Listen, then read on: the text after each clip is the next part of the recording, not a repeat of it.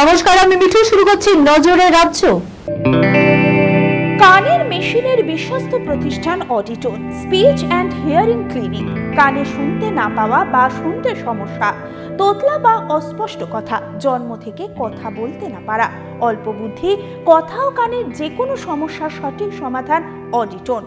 অভিজ্ঞ চিকিৎসকদের পরিষেবার সাথে পাবেন কানে শোনার পরীক্ষা ও যন্ত্র, কান ও গলার ছবি, speech therapy, OAE, BERA, ASSR, ENG, VNG, ইকজি, ভেস্টিবুলার, সাইকোলজিক্যাল পরীক্ষা ও কাউন্সিলিং। বিশদে জানতে যোগাযোগ করুন।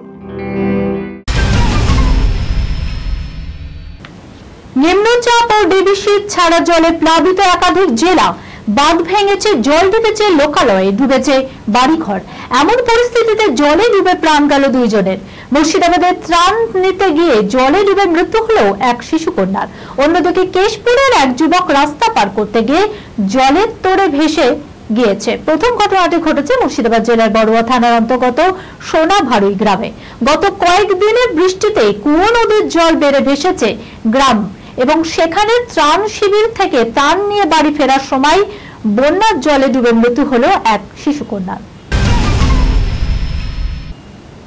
রাজ্য সরকার সব দাবি পূরণ করেছে, এবার কাজে ফেরুন।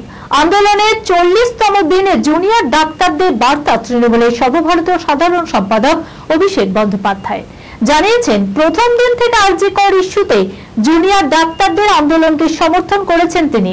তাদের অধিকাংশ দাবি যুক্তিপূর্ণ বলে মনে করেছেন, কিন্তু এবার আমজনতার কথা ভেবে কাজে যোগ দিন ডাক্তাররা, চাইছেন অভিষেক বন্দ্যোপাধ্যায়। বড় পর্দায় ফিরে আসছে পুরনো ছবির মজা। সে সময় ঝকঝকে মাল্টিপ্লেক্স ছিল না ডিজিটাল ডলবি সাউন্ড, কিন্তু যে ছবি ভারতীয় চলচ্চিত্রের সম্পদ কাল্ট, সেই ছবি যদি ফের বড় পর্দায় মুক্তি পায়, হ্যাঁ, এমনটাই হতে চলেছে। শুক্রবার ফের মুক্তি পেতে চলেছে সত্যজিৎ রায়ের অনুবদ্ধ সৃষ্টি মহানগর। প্রায় 63 বছর ফের শহর কলকাতা দেখবে মহানগরের এই গল্প। সত্যজিৎ রায়ের মহানগর মুক্তি পেয়েছিল 1963 সালে, এখন চলছে 2024। মাঝে কেটেছে অনেকটা সময়, শহর বদলেছে, শহরের মানুষও বদলেছে, কিন্তু কোথাও গিয়ে যেন সত্যজিতের সেই মহানগর এখনো জীবন্ত তিলোত্তমার অলিগলিতে।